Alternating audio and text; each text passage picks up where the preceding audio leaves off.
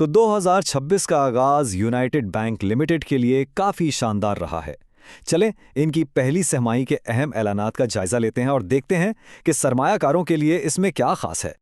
और सबसे बड़ी खबर, यूबीएल ने अपने शेयर होल्डर्स के लिए 8 रुपए फी शेयर के एक बड़े अबूरी कैश डिविडेंड का ऐलान किया है और ये जाहिर है बैंक की मजबूत कारकर्दगी का सीधा सीधा नतीजा है। तो सवाल ये है कि यह बड़ा ऐलान आखिर क्यों किया गया। इसको समझने के लिए हम सबसे पहले बैंक की तिमाही कारकर्दगी पर एक नज़र डालेंगे, फिर क़यादत में जो तब्दीलियां हुई हैं उन पर बात करेंगे और आखिर में शेयर होल्डर्स के लिए डिविडेंड की तफसीलात जानेंगे। तो हुआ ये कि साल की पहली तिमाही के इख्तिताम पर यूबीएल के बोर्ड ने अपनी कारकर्दगी का जायजा लिया और जो नताइज सामने आए वो वाकई काफ़ी मुतासिरकुन रहे।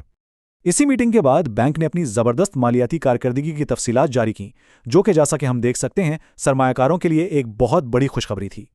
अच्छा, अब आते हैं असल आदाद-ओ-शुमार पर।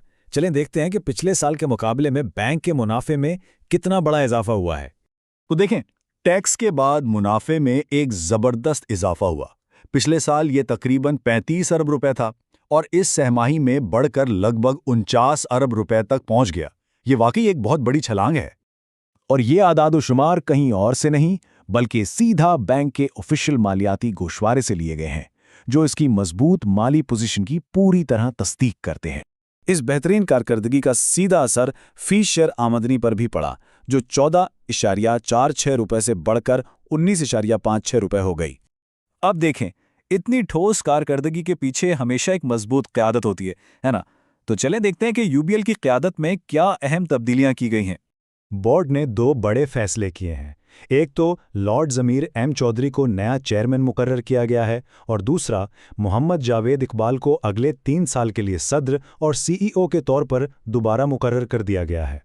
तो इस फैसले से बैंक के लिए इस्तेहकाम और तसलसल को यकीनी बनाया जा रहा है, यानी नए चेयरमैन की रहनुमाई और मौजूदा सीईओ के तजुर्बे के साथ यूबीएल अपने मुस्तकबिल की हिकमत अमली को और भी मजबूत कर रहा है। अच्छा, अब आते हैं सबसे अहम सवाल पर। अगर कोई शेयर होल्डर है तो उसे ये 8 रुपए फी शेयर का डिविडेंड आखिर मिलेगा कैसे? चलें इसकी तफसीलात जानते हैं। शेयर होल्डर्स के लिए सबसे अहम तारीख नोट कर लें, 23 अप्रैल। इस डिविडेंड के अहल होने के लिए कारोबारी औकात के इख्तिताम तक रजिस्टर्ड मेंबर होना लाजमी है। खुलासा ये कि 24 से 27 अप्रैल तक बुक क्लोजर की मुद्दत होगी।